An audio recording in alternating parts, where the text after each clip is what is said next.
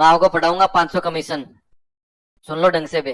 500 commission, राज्यपाल, मुख्यमंत्री, मंत्री परिषद, पूरा जिला प्रशासन। जिला प्रशासन के अंदर संभागीय आयुक्त, कलेक्टर, एसडीओ, तहसीलदार, पटवारी, एसपी, कमिश्नर, ये सारे पढ़ाऊंगा। उसके बाद हम पढ़ेंगे सिटीजन चार्टर, नागरिक अधिकार पत्र। उसके ठीक बाद पढ़ेंगे दोनों कानून, Rajasthan public service guarantee act, Rajasthan right to hearing act, लोक सेवा गारंटी कानून, राजस्थान सुनवाई अधिकार अधिनियम 2012, ये दो कानून पढ़ेंगे। उसके ठीक बाद पढ़ाऊंगा हाईकोर्ट। क्या पढ़ेंगे? हाईकोर्ट। हाईकोर्ट पढ़ते पढ़ लेंगे एडवोकेट जनरल, महाधिवक्ता। किसको पढ़ेंगे? महाधिवक्ता पढ़ने के बाद पढ़ाऊंगा पंचायती राज, और पंचायती राज के बाद राजस्थान विधानसभा। खेल खत्म, इतना पढ़ेंगे। कल वाला सबको याद है क्या? इस स्टेट इलेक्शन कमीशन की स्थापना 4 जुलाई को हुई थी। 1 जुलाई को 90 और पहली बार चुनाव कब हुए? इस स्टेट इलेक्शन कमीशन ने कब करवाए? 95। इस स्टेट इलेक्शन कमीशन का हेड उसको क्या बोलते हैं? स्टेट इलेक्शन कमिश्नर, राज्य निर्वाचन सेक्रेटरी के दो नाम और क्या हैं? स्टेट इलेक्शन ऑफिसर और चीफ इलेक्टोरल ऑफिसर, मुख्य निर्वाचन अधिकारी। कोई बात नहीं, तो क्या फर्क पड़ता है? ये करेंगे भाई, चिटिंग कर रहे हैं, सब पीछे देख रहे हैं, कोई बात नहीं, अच्छी बात है। तो मौका मिले तो क्या कर सकते हैं इसमें। डिस्ट्रिक्ट कलेक्टर की as a district registration officer, जिला कलेक्टर के जिला पंजीयन अधिकारी के रूप में मुख्य भूमिका क्या है? इलेक्टोरल रोल या वोटर लिस्ट का अपडेशन करवाना, मतदाता सूची का नवीनीकरण करवाना, यही था क्या? चलो ठीक है, अब आगे चलते हैं। अब हम चर्चा करेंगे बेसिकली स्टेट इलेक्शन कमिश्नर के, राज्य निर्वाचन आयुक्त के। डेली 1-1 घंटे क्लास होगी एक बार, जो 5-6 दिन होंगे। उसके बाद मैथमेटिक्स कितनी बची हुई है? 4-5 दिन की हो रही है, या अभी 4-5 दिन ही हुई है, बाकी है? हाँ, तो वो 4 दिन जो है खत्म होंगे। उसके बाद है क्या पहले खत्म करो दें?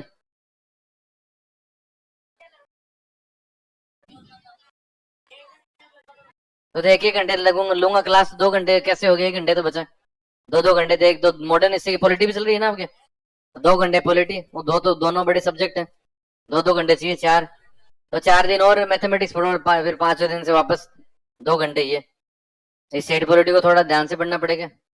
हालांकि पढ़ना सभी सब्जेक्ट पढ़ेंगे, ध्यान से पढ़ने पड़ेंगे, पर इसमें ये है कि आपको 7-8 में से आराम से आप 5 से सही कर दोगे।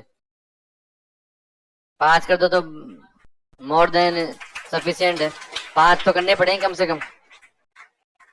अब आगे सुनो, अब हम केवल बात करेंगे स्टेट इलेक्शन कमिश्नर की। किसकी बात करेंगे? स्टेट इलेक्शन कमिश्नर की। इसको बोलते हैं राज्य निर्वाचन आयुक्त। कौन सा आयुक्त बोलते हैं इसको? इसकी चर्चा करेंगे हम। अब इसकी चर्चा करेंगे क्या? इसमें चर्चा में क्या है? ये सबसे पहले इसकी क्वालिफिकेशन कि भाई स्टेट इलेक्शन कमिश्नर किसको बनाया जाए। राज्य निर्वाचन आयुक्त कौन होगा? रिटायर्ड आईएएस, लेकिन उसके साथ साथ उसके पास 5 साल का एक्सपीरियंस होना चाहिए एज ए प्रिंसिपल सेक्रेटरी। उसके पास प्रधान सचिव के रूप में, कौन सचिव के रूप में? प्रधान सचिव के रूप में कम से कम 5 वर्ष का एक्सपीरियंस होना चाहिए। अब आपके दिमाग में आना चाहिए कि होता कौन है। ये दिमाग में आ रहा है क्या? आपने, मैंने कल ही बताया तो सचिवालय एक संस्थान है, सेक्रेटेरिएट, जिसके राजस्थान के मुख्यमंत्री, सभी मंत्री और वरिष्ठ नौकरशाह, सीनियर ब्यूरोक्रेट, सारे सीनियर सिविल सर्वेंट कहाँ बैठते हैं? सचिवालय में। उस सचिवालय के अंदर जो सचिवालय का एडमिनिस्ट्रेटिव हेड है, उस सेक्रेटेरिएट का जो प्रशासनिक प्रमुख है, वो होता है चीफ सेक्रेटरी। कौन होता है? सीएस। सीएस पर राजस्थान का एक ही होगा। जैसे वर्तमान में सुधांश पंत है, कौन है? तो राजस्थान के चीफ सेक्रेटरी है। Chief secretary is administrative head of secretariat. मुख्य सचिव राज्य सचिवालय का प्रशासनिक प्रमुख होता है। पूरा सचिवालय किसके अंडर में काम करता है? चीफ सेक्रेटरी के।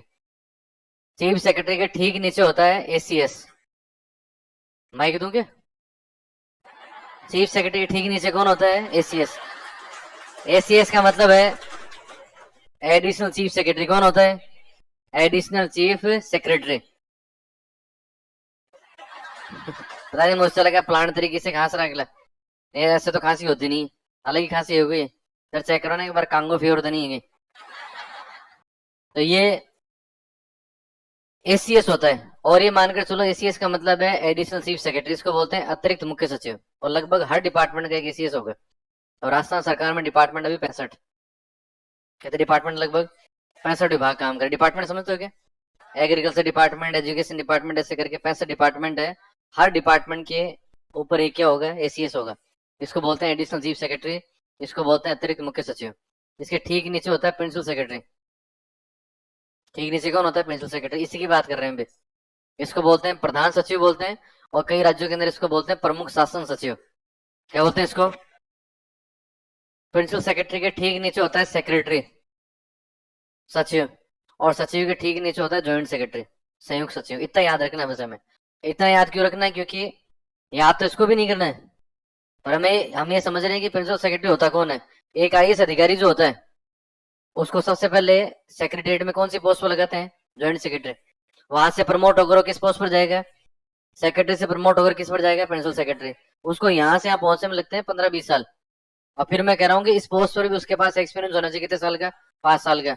इसका मतलब इस state election commissioner retired IAS होगा, और रिटायर्ड आईएएस ही हुआ आईएएस होगा जिसके पास कम से कम 20-25 साल का एक्सपीरियंस हो एज एन आईएएस। एक आईएएस अधिकारी के रूप में जिसके पास कम से कम 20-25 वर्ष का अनुभव, उसको क्या बनाते हैं? Chief secretary. उसको मुख्य सचिव, सॉरी, स्टेट इलेक्शन कमिश्नर बनाते हैं। उसको बनाते हैं राज्य निर्वाचन आयोग। पहली बात। दूसरी इंपॉर्टेंट बात, इसका अपॉइंटमेंट, इसकी नियुक्ति। तो इसकी नियुक्ति जो है वो करता है राज्यपाल। हमारे सिलेबस में 5 कमीशन है, 5 कमीशन अपॉइंटमेंट कौन करेगा? राज्यपाल। तो हम पढ़ेंगे सबसे पहले स्टेट इलेक्शन कमीशन पढ़ रहे हैं, उसके बाद पढ़ेंगे RPSC. State election commission RPSC दोनों में अपॉइंटमेंट का तरीका एक ही है। राज्यपाल अपॉइंटमेंट करेगा मुख्यमंत्री और मंत्रिपरिषद की सिफारिश पर। इसका अपॉइंटमेंट गवर्नर करेगा किसके रिकमेंडेशन पर? सीएम और काउंसिल ऑफ मिनिस्टर, सीओएम। ये दोनों रिकमेंड करेंगे और अपॉइंटमेंट कौन कर देगा? राज्यपाल। तो सबसे पहले हमने देख लिया क्वालिफिकेशन, उसके बाद हमने देख लिया क्या? अपॉइंटमेंट। उसके बाद है टेन्योर, कार्यकाल। तो स्टेट इलेक्शन कमिश्नर का जो कार्यकाल है वो है 5 या 65 वर्ष, जो भी पहले हो। कितना कार्यकाल? 5 या 65 वर्ष, जो भी पहले हो। 5 और 65 year which ever is earlier. इसका मतलब समझते हो क्या? अगर मान लो किसी के 60 साल है तो उसका कार्यकाल पूरा 5 साल होगा। अगर किसी के 62 साल है तो उसका टेन्योर कितना होगा? 3 साल। क्योंकि 3 साल बाद 65 साल का हो जाएगा। दोनों में से जो पहले होगा उस समय उसका कार्यकाल क्या हो जाएगा? खत्म। दूसरा इसमें प्रोविजन किया गया कि यहाँ पर रीअपॉइंटमेंट जो है वो नहीं हो सकता। किस पर रोक लगाएगी? ये रीअपॉइंटमेंट जो है इस पर रोक लगाएगी। पुनर्नियुक्ति के प्रावधान नहीं है, रीअपॉइंटमेंट के प्रोविजन नहीं है। किसके अंदर? स्टेट इलेक्शन कमीशन में। एक व्यक्ति एक बार जो अपॉइंट हो गया वापस स्टेट इलेक्शन कमिश्नर नहीं बन सकता। इतनी बात समझ गए? उसके बाद है शपथ, ओथ। तो क्या स्टेट इलेक्शन कमिश्नर कोई ओथ होती है क्या? राज्य निर्वाचन आयोग की कोई ओथ नहीं होती, किसी प्रकार की कोई शपथ नहीं होती। वेतन भत्ते, सैलरी अलाउंसेस, जिसके वेतन भत्तों को लेकर लिखा हुआ है कि इसके सैलरी अलाउंसेस जो है वो होंगे सेम एज सीएस। हाईकोर्ट जज ने आजकल चेंज कर दिया, आजकल कर दिया इसका जो वेतन है वो मुख्य सचिव के समान होगा। चीफ सेक्रेटरी कौन है? जो मैंने थोड़ी देर पहले आपको बताया था, अभी बताया था ना, सबसे ऊपर जो है। राजस्थान में चीफ सेक्रेटरी एक ही होता है, और चीफ सेक्रेटरी की सैलरी लगभग अभी 2.5 लाख रुपए। कितने रुपए है? तो मानकर चलो कि स्टेट इलेक्शन कमिश्नर की सैलरी कितनी होगी? 2.5 लाख रुपए पर मंथ। अगर इसको इस्तीफा देना हो, अगर मान लो इसको रिजाइन करना हो, तो रेजिग्नेशन के लिए प्रोविजन है। जिसने अपॉइंटमेंट दिया है, जिसने अपॉइंट किया वो कि इसको क्या देना है? इस्तीफा। तो ये रिजाइन किसको करेगा? राज्यपाल को। अगर हम बात करें टर्मिनेशन की, अगर हम बात करें निष्कासन की, तो निष्कासन के आधार तो 2 ही हैं जो आपने कई बार पढ़ लिए होंगे। एक तो कदाचार है, मिसकंडक्ट और मिसबिहेवियर है, और दूसरा है इनकेपेसिटी, असमर्थता। ये 2 आधार है। हालांकि भारतीय संविधान में लिखा हुआ है कि इसका टर्मिनेशन जो है वो लिखा हुआ है सेम एज हाई कोर्ट जज, उच्च न्यायालय के न्यायाधीश के समान। किसके समान है? आप लोगों ने पढ़ा होगा कि हाई कोर्ट जज का टर्मिनेशन जो है वो ठीक वैसे होगा जैसे सुप्रीम कोर्ट जज का होता है, और सुप्रीम कोर्ट जज का टर्मिनेशन वैसे होता है जैसे प्रेसिडेंट का होता है। तो हम ये कह सकते हैं कि स्टेट इलेक्शन कमिश्नर को हटाने का इनडायरेक्ट जो प्रोसेस है वो क्या है? वहां भी हो गया। हालांकि इम्पीचमेंट जो वर्ड हो केवल किसके लिए प्रयुक्त हुआ है? राष्ट्रपति के लिए। लेकिन हम कह सकते हैं कि अप्रत्यक्ष रूप से इसको हटाने का तरीका कौन सा है, महाभियोग है। तो हमें कह सकते हैं कि इसको हटाने का तरीका किसके समान है, उच्च न्यायालय के न्यायाधीश के समान है। और हम ये भी कह सकते हैं कि इनडायरेक्टली क्या है, ये इम्पीचमेंट है, महाभियोग है। हालांकि इम्पीचमेंट वर्ड केवल किस लिए प्रयुक्त हुआ है, राष्ट्रपति के लिए। तो इसका मतलब ये कि इसको हटाने का तरीका कॉम्प्लेक्स है। हम कह सकते हैं कि इसको हटाने का तरीका जो है कॉम्प्लेक्स, हम ये भी कह सकते हैं कॉम्प्लेक्स प्रोसेस ऑफ टर्मिनेशन है। इसको हटाने का तरीका क्या है, जटिल है। अब आप ही मुझे बताओ, इस जटिल तरीका क्यों बनाया गया, इतना कॉम्प्लेक्स क्यों रखा गया? चूंकि स्टेट के अंदर लोकल बॉडीज के इलेक्शंस करवाता है, चूंकि चुनाव प्रक्रिया से जुड़ा हुआ है, इसलिए इसको स्टेट गवर्नमेंट प्रेशराइज नहीं करे। इसको राज्य सरकार जो है इसके कार्य में हस्तक्षेप नहीं करे, राज्य सरकार इसके ऊपर किसी प्रकार का अनुचित दबाव नहीं बनाए, इसलिए इसको हटाने का अधिकार किसको दे दिया, राष्ट्रपति को। उच्च न्यायालय के न्यायाधीश के समान का मतलब क्या है, इसको कौन हटाएगा, राष्ट्रपति। जबकि अपॉइंट कौन कर रहा है, राज्यपाल। तो ये जो प्रोविजन आप देख रहे हैं वो है to maintain autonomy of commission. ये प्रावधान किए गए आयोग की स्वायत्ता को बनाए रखने के लिए कि आयोग ऑटोनोमस तरीके से, आयोग जो है फ्रीली इम्पार्शली डिसीजन ले सके। आयोग स्वायत्ता के साथ, निष्पक्षता के साथ, स्वतंत्र होकर क्या ले, डिसीजन ले। इसलिए इसको हटाने का अधिकार किसको दिया गया है, राष्ट्रपति को। इसको हटाने का अधिकार प्रेसिडेंट को दिया गया, राष्ट्रपति को दिया गया। इतनी बात सब लोग समझ गए। उसके बाद है वार्षिक प्रतिवेदन। कौन सा प्रतिवेदन है, तो वार्षिक प्रतिवेदन। वार्षिक प्रतिवेदन का मतलब क्या, एनुअल रिपोर्ट का मतलब क्या है? एनुअल रिपोर्ट का मतलब है आयोग ने पिछले साल क्या क्या काम किए, आयोग ने पिछले साल कौन कौन चुनाव करवाए, कौन कौन से बाईपोल करवाए, कौन कौन से उपचुनाव करवाए, कौन कौन से चुनाव के अंदर रिफॉर्म किए, कौन कौन चुनाव के अंदर सुधार किए। ये सारी बात किसमें लिखेगा, अपनी रिपोर्ट में। और रिपोर्ट बनाकर एक साल किसको सबमिट करेगा, राज्यपाल को। ये भी क्वेश्चन पूछते हैं, किसको देगा, राज्यपाल को। ये जितनी बातें हम देख रहे हैं उनमें ज्यादातर बातों को डिसाइड करने का, डिटरमाइन करने का अधिकार है राज्यपाल को। इसलिए इसको बोलते हैं is a terms and conditions of state election commissioner are determined by governor. इसलिए कहते हैं कि राज्य निर्वाचन आयुक्त की सेवा शर्तें कौन निर्धारित करता है, राज्यपाल। तो राज्यपाल का मतलब पर्दे के पीछे कौन है, स्टेट गवर्नमेंट है। राज्यपाल तो आप सभी को पता है कि स्टेट के अंदर रबर स्टैम्प के रूप में काम करता है। इस स्टेट में फॉर्मल हेड है, राज्य में औपचारिक प्रमुख, उसके नाम से सारे काम कौन करता है, मुख्यमंत्री और मंत्रिपरिषद, सीएम और काउंसिल ऑफ मिनिस्टर। तो हम कह सकते हैं कि इसकी जो सेवा शर्तें हैं, इसकी जो टर्म्स एंड कंडीशंस है, वो कौन डिसाइड करता है, राज्यपाल, गवर्नर। कौन डिसाइड करता है, राज्यपाल।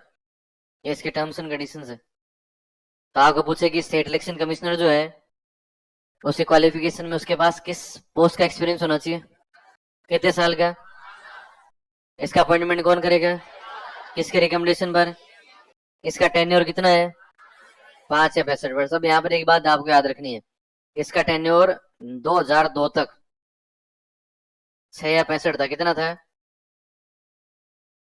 स्टेट इलेक्शन कमिश्नर हुए दूसरे, इनका नाम था एनआर भसीन। क्या नाम था, पहले स्टेट इलेक्शन कमिश्नर थे अमर सिंह राठौड़ और दूसरे थे एनआर भसीन। तीसरे थे इंद्रजीत खन्ना, चौथे थे अशोक कुमार पांडे, पांचवे थे राम लुभाया, छठे थे प्रेम सिंह मेहरा और सातवें और वर्तमान कौन है, मधुकर गुप्ता। और आपको ध्यान रखना है कि दूसरे स्टेट इलेक्शन कमिश्नर का नाम है एनआर भसीन, नेकराम भसीन। क्या नाम है, नेकराम भसीन ने रिकमेंड किया था इसका कार्यकाल 6 से घटाकर कितना किया जाए, 5। तो इनकी सिफारिश के ऊपर 2002 से कार्यकाल कितना कर दिया, 5 या 65। तो पहले कितना था, 6 या 65। 5 या 65 कब किया गया, 2002 के बाद। किसकी सिफारिश पर, एनआर भसीन। एनआर भसीन कौन है, दूसरे स्टेट इलेक्शन कमिश्नर है, अमर सिंह राठौड़ के बाद दूसरे राज्य निर्वाचन आयुक्त थे। और हमें ये भी याद रखना है कि दूसरे राज्य निर्वाचन आयुक्त थे ही थे, उसके साथ साथ नेकराम भसीन का as a state election commissioner minimum tenure है। राज्य निर्वाचन आयुक्त के रूप में न्यूनतम कार्यकाल भी किसका है, नेकराम भसीन का 2 साल। 2000 से लेकर 2002 तक 2 साल के लिए स्टेट इलेक्शन कमिश्नर है। कैस की कोई ओथ का प्रोविजन है, कैस का रीअपॉइंटमेंट हो सकता है। इसके सैलरी अलाउंसेस किसके समान है, सेम है, चीफ सेक्रेटरी, राज्य में मुख्य सचिव के समान, जो लगभग कितने हैं, 2.5 लाख रुपए। ये अपना इस्तीफा किसको देगा, इसको हटाने का तरीका किसके समान है, सेम एज हाई कोर्ट जज बाई प्रेसिडेंट, राष्ट्रपति द्वारा उच्च न्यायालय के न्यायाधीश के समान इसको हटाया जाएगा। यानी हम इनडायरेक्टली कह सकते हैं इसको हटाने का तरीका कौन सा है? इम्पीचमेंट, महाभियोग है। कौन सा तरीका है? महाभियोग। उसके अलावा अपनी एनुअल रिपोर्ट किसको सबमिट करेगा? राज्यपाल को। इसकी सेवा शर्तें कौन डिसाइड करता है? राज्यपाल। इसके टर्म्स एंड कंडीशंस कौन डिसाइड करता है? गवर्नर। देते उसको कह रहा है दे दे, सही है। सही है। अब बिना फालतू के, अगर फिर मेरी बात सुनो, बिना फालतू पर्चे भेजोगे आपका टाइम वेस्ट होगा। इसलिए कोई भी आपको लगेगी जो हर अनर्गल कुछ लिखा हुआ है, कुछ ही लिखा हुआ है, उसको फाड़ देना वहीं पर ही। मैं आपको अधिकार देता हूँ, उसको वहीं पर जो है क्या कर दो। एक बार सिलेबस बता दो आप क्या क्या पढ़ाओगे। ये तो मैंने कल ही बताया था। मैं आपको पढ़ाऊंगा 500 कमीशन। सुन लो ढंग से भी। 500 कमीशन, राज्यपाल, मुख्यमंत्री, मंत्रिपरिषद, पूरा जिला प्रशासन। जिला प्रशासन के अंदर संभागीय आयुक्त, कलेक्टर, एसडीओ, तहसीलदार, पटवारी, एसपी, कमिश्नर, ये सारे पढ़ाऊंगा। उसके बाद हम पढ़ेंगे सिटीजन चार्टर, नागरिक अधिकार पत्र। उसके ठीक बाद पढ़ेंगे दोनों कानून, Rajasthan public service guarantee act, Rajasthan right to hearing act, लोक सेवा गारंटी कानून, राजस्थान सुनवाई अधिकार अधिनियम 2012। ये दो कानून पढ़ेंगे। उसके ठीक बाद पढ़ाऊंगा हाईकोर्ट। क्या पढ़ेंगे? हाईकोर्ट। हाईकोर्ट पढ़ते पढ़ लेंगे एडवोकेट जनरल, महाधिवक्ता। किसको पढ़ेंगे? महाधिवक्ता पढ़ने के बाद पढ़ाऊंगा पंचायती राज, और पंचायती राज के बाद राजस्थान विधानसभा। खेल खत्म। इतना पढ़ेंगे। बोलने की गति थोड़ी ज्यादा है, बोलना तेजी पड़ेगा। ये धीमी गति समाचार सुनाऊंगी इनके? ये सिंपल सी बात है। मैं एक चीज को 2 बार बताऊंगा आपको, तो मुझे थोड़ी स्पीड तो रखनी पड़ेगी ना। एक चीज को मैं 2-2 बार आपसे भी सुनवा रहा हूं मैं। अब आप देखना, बता दोगे आप। राज्य निर्वाचन आयुक्त को हटाने का इनडायरेक्ट तरीका कौन सा है? महाभियोग। इम्पीचमेंट वर्ड केवल किसके लिए यूज हुआ है? इसको अपॉइंट कौन करता है? हटाता कौन है? अपने एनुअल रिपोर्ट किसको सबमिट करेगा? इसके टर्म्स एंड कंडीशंस कौन डिसाइड करता है? राज्यपाल। मैं 2 बार खुद ही बता रहा हूँ आपको। इतनी बात समझ गए क्या? अब मैं आपको पूछूंगी, भाई ये ऑटोनॉमस कमीशन है, आपने पूरा आयोग एक बार मोटे तरीके से देख लिया है, तो आप मुझे बताओ कि इससे कौन से प्रोविजन आपको लगते हैं कि ऑटोनॉमस तरीके से काम करता है, ये फ्रीली काम करता है, पूरे इंडिपेंडेंस के साथ काम करता है। ऐसे कौन से आप प्रावधान देख रहे हैं जिनको देख कर लगता है कि आयोग स्वायत्त है, अपने डिसीजन लेने में स्वतंत्र है? तो सबसे पहले महाभियोग नहीं, 7-8 बताऊंगा मैं। हालांकि कुछ बातें तो बुक से, बुक समझते हो क्या? किताबी बातें हैं, इनको मैं पढ़ना पड़ेगा। जैसे मैं जब आपको मुख्यमंत्री पढ़ाऊंगा, तब मैं लिखवाऊंगा कि चीफ मिनिस्टर जो उसका बेसिक काम है as a head of council of minister, कि वो मंत्रिपरिषद का मुखिया है। तो मैं उसमें आपको 4-5 बातें लिखूंगा कि मंत्रिपरिषद के मुखिया के रूप में मुख्यमंत्री कौन कौन से काम करता है। तो उसे मैं आपको लिखवाऊंगा कि मुख्यमंत्री मंत्रिपरिषद का आकार तय करेगा, कि काउंसिल ऑफ मिनिस्टर में मिनिस्टर कितने हुए कौन तय करेगा? मुख्यमंत्री। मैं आपको बताऊंगा मुख्यमंत्री मंत्रियों का चयन करेगा, selection of ministers within MLAs. MLA में किसको मंत्री बनाया जाए, ये कौन तय करेगा? मुख्यमंत्री। मैं आपको बताऊंगा मुख्यमंत्री मंत्रियों में विभागों का बंटवारा करवाता है, अलोकेशन ऑफ पोर्टफोलियो डिपार्टमेंट्स, ये किस मंत्री को कौन सा विभाग मिलेगा, ये भी कौन डिसाइड करता है? अब आप मुझे बताओ, तीनों काम मुख्यमंत्री करता है क्या वास्तव में? ये तीनों काम आजकल कौन करता है? आला कमान। आला कमान कौन है? High command. अब ये तो लिखनी पड़ेगी बुक की बात है, आपको लिखते हुए ऐसा लगेगा कि भाई वास्तव में ऐसा होता है क्या? और मुझे भी लिखवाते समय थोड़ा सा लगता है भाई क्यों लिखूं, पर लिखवाना पड़ेगा। बुक की बात तो यही है, किताबी बातें तो यही है। जबकि आजकल ये सारा काम कौन कर रहा है? ये सारे काम दिल्ली से होते हैं। मुख्यमंत्री कौन बनेगा, मंत्री कौन बनेगा, किसको कौन सा डिपार्टमेंट मिलेगा, और मंत्रिपरिषद में मंत्री कितने होंगे? आज राजस्थान के मंत्रिपरिषद में मंत्री केवल 24 ही है, मुख्यमंत्री सहित। 6 पद खाली पड़े हैं। तो 6 पद खाली होंगे भी कौन डिसाइड करता है आजकल? High command. High command. तो ऐसा क्यों होता है भाई? पद क्यों खाली रखते हैं? आप देख रहे ना, कभी भी जब पहली बार मंत्रिपरिषद बनेगा, हमेशा 5 6 7 पद खाली रखते हैं। किसी भी स्टेट में जाकर देख लेना। ऐसा क्यों होता है? गठबंधन में नहीं, वैसे भी होता है। अगर पार्टी के पास एब्सोल्यूट मेजोरिटी है, तो भी 3-4 पद हमेशा सरकार खाली रखती है, उनको भरेगी 2-3 साल बाद। हाँ, पार्टी में कई लोग नाराज होते हैं। अब एमएलए तो पार्टी की, जैसे मान लो आज वर्तमान में सरकार के पास एमएलए 110 प्लस है, और है एमएलए चाहता है कि मंत्री बनो। कौन चाहता है किसी एमएलए को आगे मंत्री बना देंगे आपको? एमएलए मना कर देंगे, नहीं मेरा मूड नहीं है, कह सकते हैं क्या?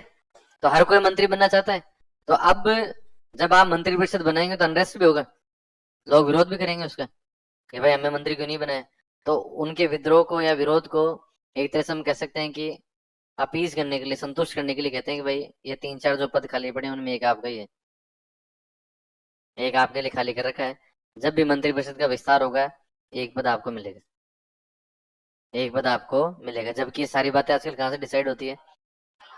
दिल्ली से होती है। कोई पार्टी हो चाहे, हाई कमान। कौन सी कमान है? ये यहाँ तक मेरी बात समझ में आ गई क्या? अब मैं कुछ बुक की बातें आपको बताऊंगा कि आयोग की स्वायत्तता के लिए, स्वतंत्रता के लिए क्या क्या किया हुआ है। तो पहला प्रोविजन है कि आयोग को संवैधानिक बना दिया गया। इसका आजकल कॉन्स्टिट्यूशनल स्टेटस है, तो है। कौन कौन से आर्टिकल है? 243 के और 243 जेड है कि भाई ऐसा नहीं कि राज्य सरकार के ये एक तरह से हम कह सकते हैं कि प्रसाद पर्यंत काम करेगा। इसका प्रोविजन कॉन्स्टिट्यूशन में कर दिया। अब राज्य सरकार को बनाना पड़ेगा, कोई भी स्टेट हो से। दूसरा हम कह सकते हैं कि इसके यहाँ पर जो अपॉइंटमेंट प्रोसेस है वो ट्रांसपेरेंट है, इसकी ऑटोनॉमी के लिए दूसरा प्रोविजन ही किया गया है कि यहाँ पर नियुक्ति प्रक्रिया क्या है, पारदर्शी है। पहले बता रखा है कि कम से कम आईएएस अधिकारी जिसके पास प्रिंसिपल सेक्रेटरी के रूप में कितने साल का अनुभव हो, अपॉइंटमेंट कौन करेगा? राज्यपाल। हर बात ट्रांसपेरेंट है, हर बात पारदर्शी है। तीसरा कहते हैं कि इसके लिए किया गया स्टेबिलिटी ऑफ टेन्योर, इसके लिए कार्यकाल का स्थायित्व सुनिश्चित किया गया कि एक बार इसका अपॉइंटमेंट हो गया इसको 5 या 65 साल से पहले नहीं हटा सकते। चौथा कहा गया कि भाई अगर हटाना भी है तो complex process of termination process जो है वो कॉम्प्लेक्स है, इसके हटाने की प्रक्रिया कैसी है? जटिल है। इसको हटाना मुश्किल है क्योंकि इसको हटाने का तरीका सेम वैसे है जैसे किसका है? हाईकोर्ट जज का है या नहीं है? कहते हैं कि इसके सैलरी अलाउंसेज जो है वो भी राज्य की संचित निधि पर भारित है। किस पर भारित है? Charged on state consolidated fund, जिसके ऊपर किसी प्रकार की वोटिंग नहीं होती है। तो कहते हैं कि इसको सैलरी कहाँ से मिलती है? स्टेट कंसोलिडेटेड फंड फिक्स है, राज्य की संचित निधि से। इसको पर्याप्त वेतन दिया गया ताकि इसको कोई प्रलोभन नहीं दे सके। इसका वेतन भी कितना है? 2.5 लाख रुपए।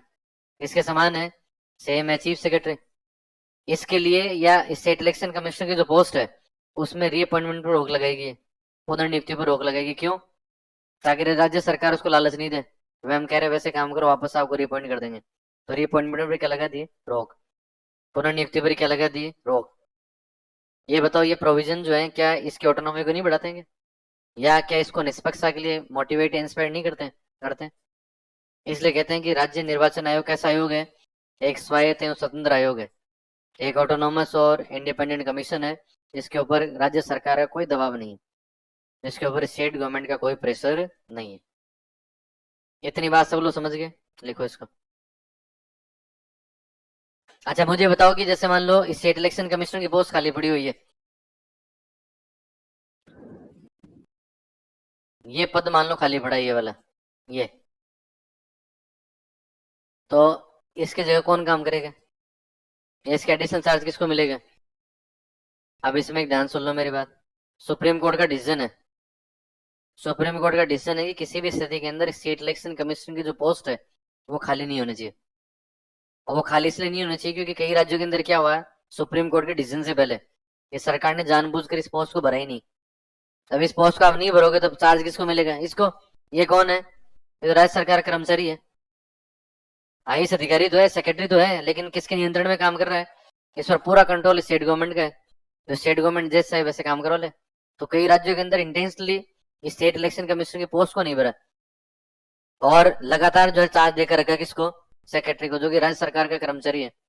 तो फिर सुप्रीम कोर्ट ने वर्डिक्ट दिया, सुप्रीम कोर्ट ने डिसीजन दिया कि किसी स्थिति के अंदर स्टेट इलेक्शन कमिश्नर का पद खाली नहीं होगा। तो अब राज्य सरकार क्या करती है? जैसे मान लो मैं कहूँ कि राजस्थान के 6ठे स्टेट इलेक्शन कमिश्नर, इनसे पहले वाले प्रेम सिंह मेहरा का जब कार्यकाल पूरा हो रहा था उसके ठीक एक दिन पहले स्टेट गवर्नमेंट ने मधुकर गुप्ता जो उनको राजस्थान का 7वां स्टेट इलेक्शन कमिश्नर अपॉइंट कर दिया।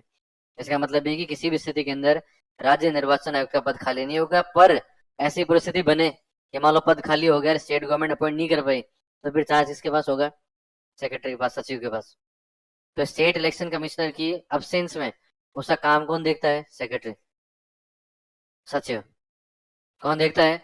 ये भी आपको ध्यान रखना पड़ेगा हर कमीशन के बारे में। जैसे मान लो अभी हम चर्चा करेंगे कल आरपीएस चर्चाओं में, आरपीएससी में कल एक्टिंग चेयरपर्सन को अपॉइंट किया गया, कार्यवाहक अध्यक्ष कैलाश चंद्र मीणा जो उनको बनाए गए ना। तो ये प्रोविजन आर्टिकल 316 ए में है, 316(1)(a), अनुच्छेद 316(1)(a) में आरपीसी में कार्यवाहक अध्यक्ष के प्रावधान किए गए। अब कार्यवाहक अध्यक्ष में आरपीसी में प्रोविजन ये है कि किसी भी मेंबर को कार्यवाहक अध्यक्ष बना सकते हैं। कोई भी मेंबर जिसको राज्यपाल चाहे एक्टिंग या ऑफिशिएटिंग चेयरपर्सन बना सकता है। इसका मतलब वहां सीनियरिटी का चक्कर नहीं, कोई भी वह सीनियर होगा वो एक्टिंग चेयरपर्सन बनेगा। कैलाश चंद्र मीणा तो जूनियर मोस्ट है, अभी अपॉइंट किए गए थे इनके सीनियर बहुत सारे बैठे हुए हैं, लेकिन उनको अपॉइंट नहीं करके एक्टिंग चेयरपर्सन किसको बना दिया, कैलाश चंद्र मीणा। तो ये पावर भी किसके पास है, राज्यपाल के पास। तो आपको आरपीएससी के बारे में पूछ सकते हैं कि अगर आरपीएससी अध्यक्ष का पद खाली हो तो अध्यक्ष कार्यवाहक अध्यक्ष किसको बनाया जाएगा, सदस्यों में से किसी को भी। मेंबर में कोई मेंबर जो है क्या बन सकता है, एक्टिंग चेयरपर्सन। ये ठीक प्रोविजन लोकायुक्त में पढ़ेंगे हम कि राजस्थान में अगर लोकायुक्त और उप लोकायुक्त दो पद हैं, दोनों खाली पड़े हो, तो वहां पर थोड़ा ध्यान रखने वाला चीज है कि अगर लोकायुक्त उप लोकायुक्त दोनों पद खाली पड़े हैं तो राजस्थान हाईकोर्ट के जज को लोकायुक्त का एडिशनल चार्ज दिया जाएगा। लेकिन राजस्थान हाईकोर्ट का कौन सा जज लोकायुक्त बनेगा या लोकायुक्त के रूप में काम करेगा, it shall be determined by high court chief justice.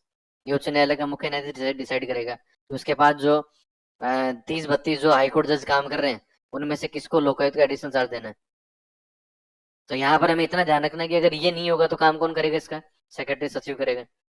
तो लिखो, इसमें सीधा लिख लो, terms and conditions of state election commissioner, राज्य निर्वाचन आयुक्त की सेवा शर्तें। एक हेडिंग लगा लो, राज्य निर्वाचन आयुक्त की सेवा शर्तें, terms and conditions of state election commissioner, राज्य निर्वाचन आयुक्त की सेवा शर्तें। सेवा शर्तों में सबसे पहले लिख लो योग्यता, क्वालिफिकेशन।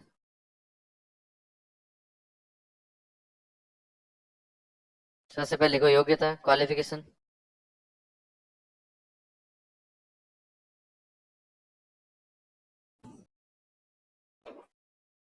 योग्यता में लिख लो, प्रधान सचिव के रूप में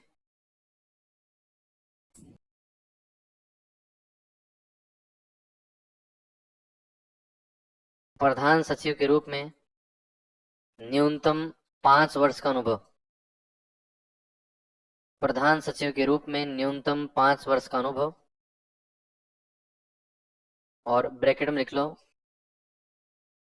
प्रधान सचिव के रूप में न्यूनतम 5 वर्ष का अनुभव, ब्रैकेट में लिख लो सेवानिवृत्त आईएएस। इंग्लिश में लिख लो रिटायर्ड आईएएस। क्वालिफिकेशन लिख लो, क्वालिफिकेशन। अच्छा, टर्म्स एंड कंडीशन लिख ली क्या, हेडिंग लिख ली, टर्म्स एंड कंडीशंस। अब इसमें लिख लो सबसे पहले क्वालिफिकेशन, योग्यता। क्वालिफिकेशन लिख लो retired IAS who has minimum experience of 5 years. Retired IAS who has minimum experience of 5 years. Minimum experience of 5 years as a principal secretary.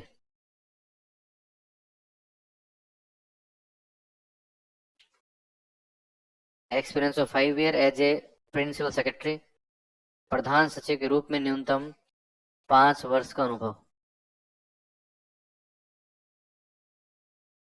पहले लाइन लिख ली, उसके बाद लिख लो अपॉइंटमेंट, नियुक्ति।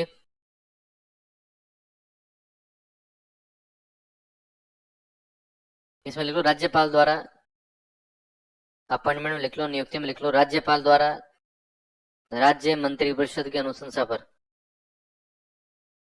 राज्यपाल द्वारा राज्य मंत्री परिषद, राज्य मंत्री परिषद की अनुशंसा पर। इंग्लिश में लिख लो by governor on the recommendation of state council of minister. राज्यपाल द्वारा राज्य मंत्री परिषद की अनुशंसा पर, by the governor on the recommendation of state council of minister, on the recommendation of state council of minister, राज्य मंत्री परिषद की अनुशंसा पर। इतना सभी लोगों ने लिख लिए। उसके बाद लिख लो कार्यकाल, टेन्योर लिख लो।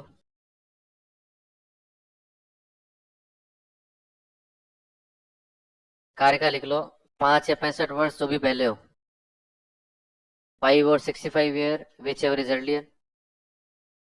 टेन्योर लिख लो 5 और 65 year which ever is earlier, 5 या 65 वर्ष जो भी पहले हो।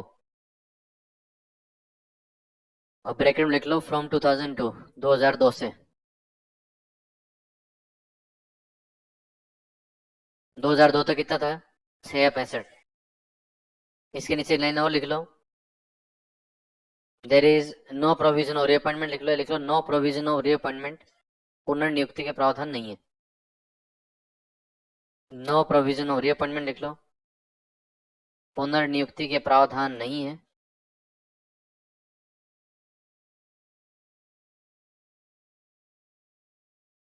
पुनर्नियुक्ति के प्रावधान नहीं है। उसके बाद लिख लो शपथ।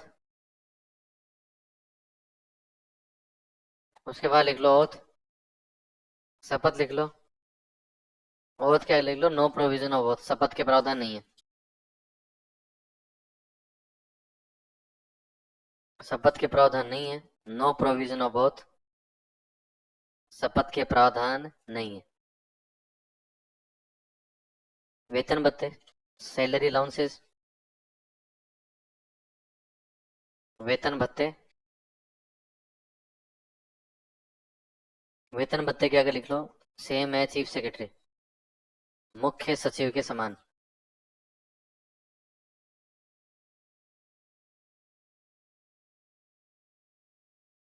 सेम है चीफ सेक्रेटरी लिख लो, मुख्य सचिव के समान। इसके नीचे एक लाइन लिख लो, charge on state consolidated fund, charge on state consolidated fund, राज्य की संचित निधि पर भारित। Charge on state consolidated fund, राज्य की संचित निधि पर भारित।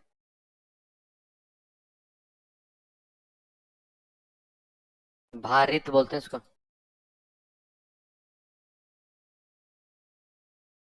राज्य की संचित निधि पर भारित लिख लो, charge on state consolidated fund. उसके बाद लिख लो इस्तीफा रेजिग्नेशन,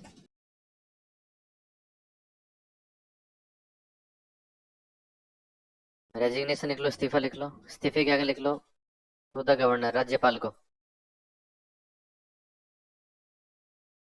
टू द गवर्नर लिख लो, राज्यपाल को।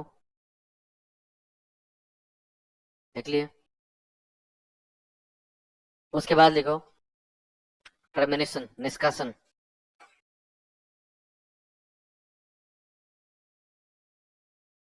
निष्कासन, निष्कासन में लिख लो सेम एज हाई कोर्ट जज by president, same as high court जज बाय प्रेसिडेंट, राष्ट्रपति द्वारा उच्च न्यायालय के न्यायाधीश के समान। सेम एज हाई कोर्ट जज बाय प्रेसिडेंट, राष्ट्रपति द्वारा उच्च न्यायालय के न्यायाधीश के समान, उच्च न्यायालय के न्यायाधीश के समान।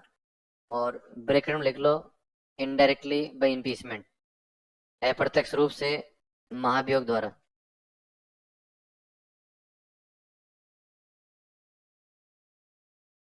इनडायरेक्टली बाय इम्पीचमेंट, अप्रत्यक्ष रूप से महाभियोग द्वारा, महाभियोग द्वारा। उसके बाद लिख लो एनुअल रिपोर्ट, वार्षिक प्रतिवेदन।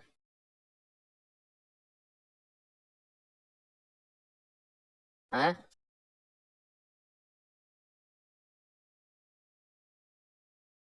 निष्कासन वाला क्या टर्मिनेशन वाला?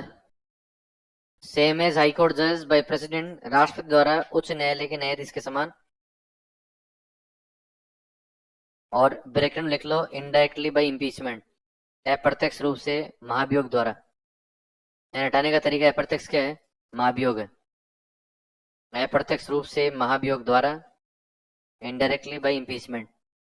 उसके बाद लिख लो एनुअल रिपोर्ट, वार्षिक प्रतिवेदन। वार्षिक प्रतिवेदन के आगे लिख लो राज्यपाल को, टू द गवर्नर, राज्यपाल को, टू द गवर्नर। लिख लिया। उसके बाद एक नीचे लिख लो सेवा एवं शर्तें, हेडिंग लगा लो सेवा शर्तें, मतलब इसी तरह ही सेवा शर्तें, टर्म्स एंड कंडीशंस, सेवा शर्तें। उसके आगे डैश लगा के लिख लो राज्यपाल द्वारा निर्धारण, डिटरमाइंड बाय गवर्नर, राज्यपाल द्वारा निर्धारण,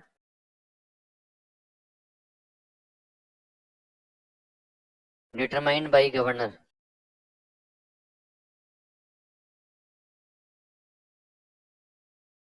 डिटरमाइंड बाई गवर्नर। आगे लिख लो। आयोग की स्वायत्तता हेतु किए गए प्रावधान। Measures to maintain autonomy of commission. Measures to maintain autonomy of commission. नई हेडिंग लगा लो, आयोग की स्वायत्तता।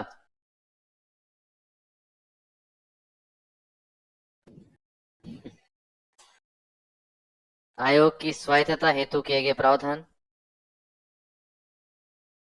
स्वायत्तता हेतु किए गए प्रावधान।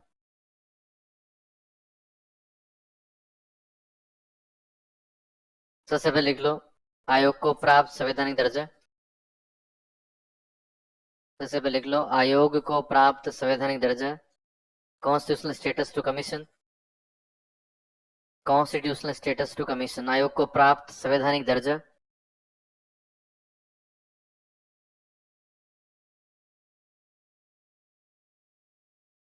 आयोग को प्राप्त संवैधानिक दर्जा।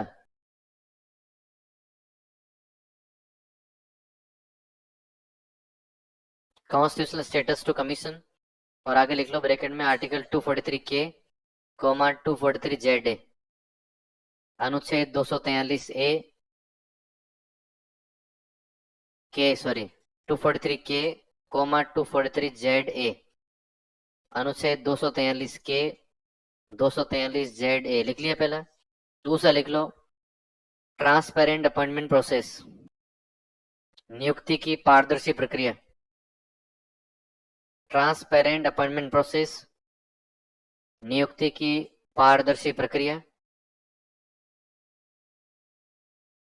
ट्रांसपेरेंट अपॉइंटमेंट प्रोसेस, नियुक्ति की पारदर्शी प्रक्रिया।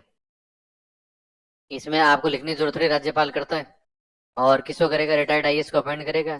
33 साल एक्सपीरियंस उसके पास, 5 साल। कौन सी पोस्ट का? प्रिंसिपल सेक्रेटरी, प्रधान सचिव।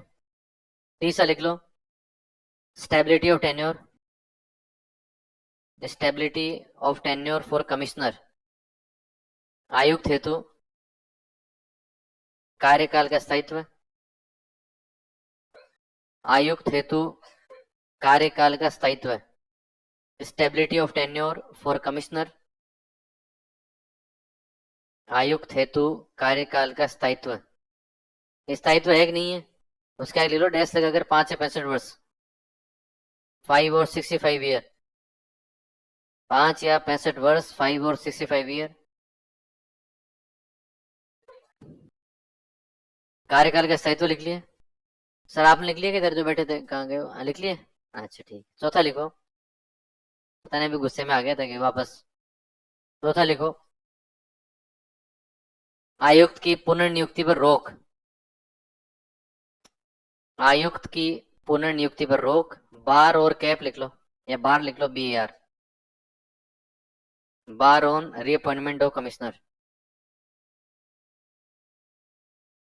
आयुक्त की पुनर्नियुक्ति पर रोक लिख लिए। उसके बाद लिख लो, सफिशिएंट सैलरी, सफिशिएंट सैलरी और रेम्यूनरेशन लिख लो। आयुक्त की पुनर्नियुक्ति पर रोक, इतना था बस। अरे बार तो इंग्लिश वाला, अच्छा इंग्लिश में क्या? अच्छा हिंदी में बार लिख दिया। अच्छा इंग्लिश से बोला था मैंने तो। बार ऑन रीअपॉइंटमेंट ऑफ कमिश्नर, बार ही बोलते हैं, कैप भी बोलते हैं इसको। उसके बाद लिख लो,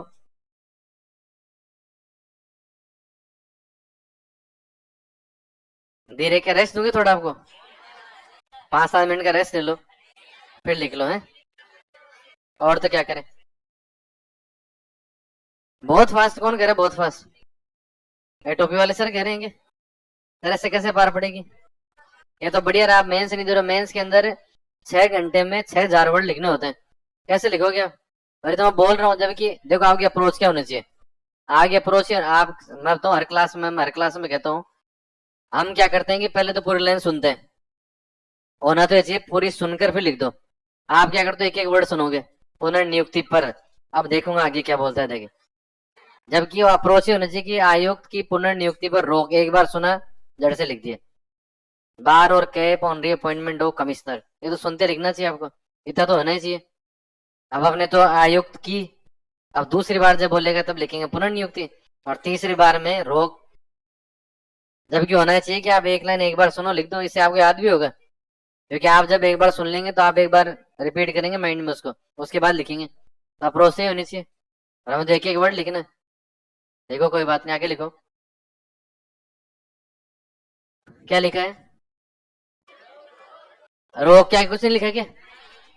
उसके बाद लिख लो आयुक्त के वेतन भत्ते, आयुक्त के वेतन भत्ते राज्य की संचित निधि पर भारित,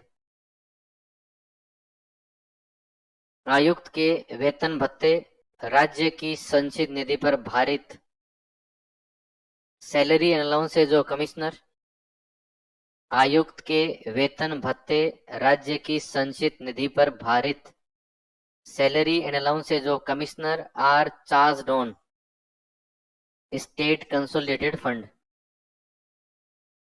आयुक्त के वेतन भत्ते राज्य की संचित निधि पर भारित salary and allowances of commissioner are charged on state consolidated fund. इतना सभी लोगों ने लिख लिया क्या? उसके बाद लिख लो कॉम्प्लेक्स टर्मिनेशन प्रोसेस, निष्कासन की जटिल प्रक्रिया, कॉम्प्लेक्स टर्मिनेशन प्रोसेस, नहीं इसी में लिखना है, अलग से कहाँ लिखेगा दूसरी कॉपी में। कॉम्प्लेक्स टर्मिनेशन प्रोसेस, निष्कासन की जटिल प्रक्रिया। अरे अभी एक ही टॉपिक चल रहा है, मैंने कुछ बोला ही नहीं। दो अलग से टॉपिक कौन सा आ जाएगा, मैं तो बताऊंगा अभी, समझाऊंगा पहले, थोड़ी लिखाने लग जाऊंगा। कॉम्प्लेक्स टर्मिनेशन प्रोसेस, निष्कासन की जटिल प्रक्रिया। यहां तक समझ गए क्या? मुझे लग रहा है 1 घंटा भी ज्यादा ही है। इस क्लास के हालात को देखते हुए मुझे लग रहा है 10-15 मिनट क्लास हो और 10-15 मिनट पढ़ाकर उसको पौन घंटे में लिखवा दो, कि भाई एक एक लाइन लिखो, एक एक बोर्ड पर मैं लिखता जाऊँ शब्द, आप एक एक शब्द लिखो। आपको बहुत फास्ट होना चाहिए वैसे भी, आप लोगों को मतलब लिखने में समस्या हो रही है, वो सर कह रहे हैं मैंने 1 घंटे में केवल आपको 10 लाइन लिखवाई, ये हालत है। 20 मान लो, तो 1 घंटे में 20 लाइन ही होनी चाहिए कि? अब कोई नहीं, धीरे धीरे आदत पड़ेगी आपको, वो तो अनुकूलन सिद्धांत है, धीरे धीरे होती है। कि भाई अब जैसे मान लो मेरे से पहले जो पढ़ा रहे होंगे वो हो सकता है धीरे लिखाते होंगे, तो वो फर्क पड़ता है, वो तो 2-4 दिन में हो जाएगा एडजस्ट, वो तो आपको आदत पड़ जाएगी, आएगा और सुपर फास्ट की तरह लिखवाएगा। तो हमारा काम लिखना नहीं है, हमारा काम समझना है। लिखते टाइम तो वैसे भी फास्ट से होना चाहिए, आपका काम समझना, आपको हर चीज समझ में आनी चाहिए। आगे लिखो। इसमें कोई प्रोविजन और बचा है क्या जो आपको लगता हो कि इसके ऑटोनॉमी के लिए किया गया? कुछ नहीं बचा। देख लो राज्य निर्वाचन आयोग की भूमिका एवं कार्य, role and function of state, नया नई हेडिंग है, 7 नंबर नहीं है। राज्य निर्वाचन आयोग की भूमिका एवं कार्य, role and functions of state election commission, राज्य निर्वाचन आयोग की भूमिका एवं कार्य, role and functions of state election commission.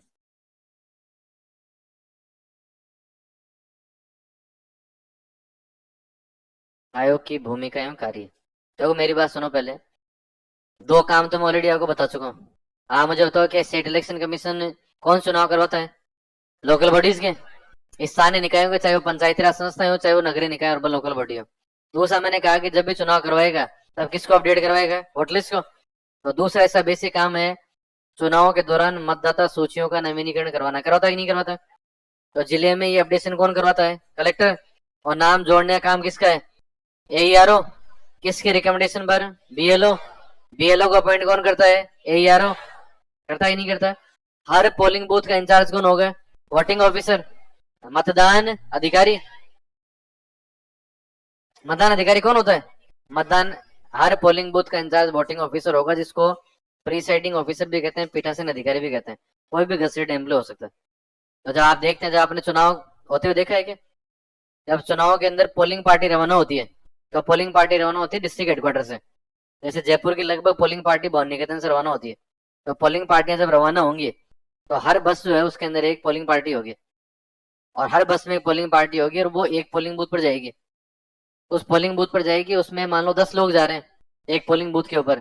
मान लो एक पोलिंग बूथ में, एक स्कूल के अंदर 3 कमरों के अंदर वोटिंग होनी है, तो 3 कमरे के अंदर मान लो एक कमरे में 5 लोगों का स्टाफ हो, तो 15 लोग एक पोलिंग बूथ पर जाएंगे। उन 15 लोगों के ऊपर एक व्यक्ति होगा, जिसको हम कह सकते हैं कि वो उनका हेड होगा, इसकी जिम्मेदारी है कि वो उनसे चुनाव करवाए, और उसको कोई समस्या हो चुनाव में, मान लो उसको लग रहा है कोई समस्या आ रही है, ईवीएम खराब हो गई है, मान लो कहीं पर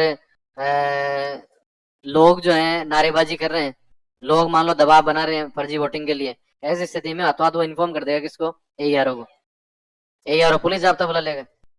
तो बेसिकली हर पोलिंग बूथ के ऊपर एक इंचार्ज बना रखा है जिसका नाम क्या है, वोटिंग ऑफिसर, जो कि गजेटेड एम्प्लॉय होता है, जो कि सामान्यतः नहीं हमेशा ही कौन सा कर्मचारी होगा, राजपत्रित कर्मचारी होगा, गजेटेड एम्प्लॉय होगा।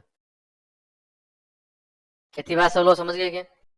अब मैं कह रहा हूँ कि चुनाव को लेकर स्टेट इलेक्शन कमीशन का क्या रोल है।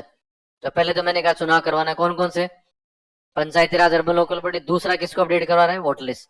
एक आपने नाम सुना होगा आदर्श आचार संहिता, मॉडल कोड ऑफ कंडक्ट, कि चुनावों के घोषणा जो ही राज्य निर्वाचन आयोग करेगा, जिन जिन जिलों के अंदर चुनाव हो रहे हैं वहां वहां क्या लग जाएगी, कोड ऑफ कंडक्ट। अब कोड ऑफ कंडक्ट के अंदर बहुत सारे प्रोविजन है। एक तो सरकार उन क्षेत्रों के अंदर किसी प्रकार का कोई नया अनाउंसमेंट नहीं कर सकती, सरकार किसी प्रकार को नई घोषणा नहीं करेगी। हर कैंडिडेट का पैसा खर्च करने की एक लिमिटेशन होगी, हर कैंडिडेट कितना पैसा खर्च कर सकता है उसकी एक सीमा होगी। हर कैंडिडेट 24 घंटे से पहले चुनाव का प्रचार प्रसार रोक देगा। ये सारी बातें किसमें लिखी हुई है, कोड ऑफ कंडक्ट में, जिसको बोलते हैं MCC, model code of conduct. तो राज्य निर्वाचन आयोग की तीसरा जो इंपॉर्टेंट काम है वो यही है कि जब भी चुनाव करवाएगा तब जहां जहां चुनाव हो रहे हैं वहां पर किसको लागू करवाएगा, मॉडल कोड ऑफ कंडक्ट को, आदर्श आचार संहिता को क्या करवाएगा, लागू। चौथा, कई बार क्या होता है कि सीट हो जाती है खाली। अब सीट खाली कैसे भी हो सकते हैं, मान लो कैंडिडेट ने इस्तीफा दे दिया, या मान लो कैंडिडेट की मृत्यु हो गई, कैंडिडेट को कोर्ट ने डिस्क्वालीफाई कर दिया, न्यायालय ने अयोग्य ठहरा दिया हो, ऐसे तरीके से सीट खाली होगी। जब सीट खाली होगी तो बाईपोल या बाई इलेक्शन, उपचुनाव भी कौन करवाएगा, राज्य निर्वाचन आयोग। आज आपके वार्ड पंच का पद खाली हो जाए, सरपंच का पद खाली हो जाए, तो बाईपोल या बाई इलेक्शन करवाने की जिम्मेदारी भी किसकी होगी, राज्य निर्वाचन आयोग की। तो पहला काम चुनाव, दूसरा बाईपोल उपचुनाव, तीसरा वोट लिस्ट का अपडेशन, चौथा मॉडल कोड ऑफ कंडक्ट का एग्जीक्यूशन, कि आदर्श आचार संहिता क्रियान्वयन भी करवाता है कौन, राज्य निर्वाचन आयोग। पांचवा जो उसका बेसिक काम है वो है वोटर्स अवेयरनेस प्रोग्राम लागू करना। ये जिले के अंदर या राज्य के अंदर आप और हम वोटिंग को लेकर अवेयर हो, मतदान को लेकर जागरूक हो, जैसा काम है रैली निकलवाना, आपको हमें अवेयर करना, आपको हमें नुक्कड़ नाटक, स्ट्रीट प्ले होते हैं, उनके माध्यम से आपको और हमें क्या करना, जागरूक करना। या हम अधिक से अधिक संख्या में आप और हम अपने वोटिंग राइट का यूज करें, आप और हम अपने मताधिकार का क्या करें, प्रयोग। ये काम है कि नहीं है। उसके साथ साथ इसका एक काम है कि जब चुनाव करवाएगा तो कई बार अलोकेशन सिंबल का काम भी करता है, चुनाव चिन्हों का वितरण, इसका वितरण है। अब आपको यहाँ से ये भी समझना पड़ेगा कि पंचायती राज और अर्बन लोकल बॉडी जो इलेक्शन होते हैं, पंचायती राज और नगरीय निकाय के चुनाव जो होते हैं, उनमें कौन कौन से चुनाव के अंदर पॉलिटिकल पार्टी पार्टिसिपेट कर सकती है, कौन चुनाव में कर सकती है, बीजेपी, कांग्रेस, बसपा, लोजपा। कौन से ऐसे चुनाव है पंचायती राज और नगरीय निकायों के जिनमें पार्टिसिपेशन करती है, हैं? पंचायत समिति, जिला परिषद, नगर निगम, नगर परिषद, नगर पालिका, यानी अर्बन लोकल बॉडी के तीनों टीयर, और पंचायती राज संस्थाओं के ऊपर वाले दोनों टीयर, जिला परिषद और पंचायत समिति, इनमें पॉलिटिकल पार्टी पार्टिसिपेट करती है। केवल ग्राम पंचायत के चुनाव जो होते हैं उनके अंदर राजनीतिक दलों की भागीदारी नहीं होती। तो ऐसी स्थिति के अंदर राज्य निर्वाचन आयोग का मुख्य कार्य क्या होगा, चुनाव चिन्हों का आवंटन करना, allocation of election symbol, election symbol allot करने का काम भी कौन करेगा, राज्य निर्वाचन आयोग, state election commission. State election commission का एक इंपॉर्टेंट काम जो आजकल है वो है टू इंट्रोड्यूस इलेक्टोरल रिफॉर्म। ये निर्वाचन सुधार जो है, ये निर्वाचन को लेकर नए नए नवाचार भी करता है। जैसे आजकल आप देखना जो लोकल बॉडी के इलेक्शन होते हैं उनके अंदर जो स्लिप होती है, वोटर स्लिप, उसमें आजकल आपकी फोटो लगी होती है, पहले नहीं हुआ करते थे।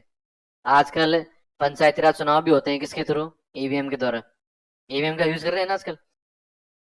तो कह रहे हैं कि राज्य निर्वाचन आयोग का काम ये भी है कि वो समय समय पर चुनावों के अंदर सुधार करेगा, नवाचारों को लागू करेगा, इनोवेशंस लाएगा, नए नए रिफॉर्म करेगा। कौन से चुनाव के अंदर, लोकल बॉडी इलेक्शन में, स्थानीय निकायों के चुनावों में।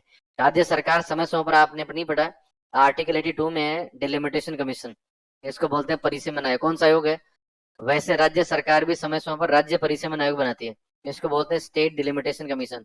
अब आपके दिमाग में आना चाहिए परिसीमन आयोग का काम क्या है। परिसीमन आयोग का काम है राज्य सरकार को नई संस्थाओं के गठन की सलाह प्रदान करना। अब नई संस्थाएं कौन सी है, जैसे जैसे नई संस्थाएं, नई ग्राम पंचायत बनानी हो, नई नगर निगम बनानी हो, नई नगर पालिका बनानी हो, इसको रिकमेंड करने वाला कौन है? राज्य परिसीमन आयोग। तो स्टेट इलेक्शन कमीशन जो है ये राज्य परिसीमन आयोग को, स्टेट डिलिमिटेशन कमीशन को भी एडवाइस करने का काम करता है, सलाह प्रदान करने का काम करता है। कल पढ़ेंगे।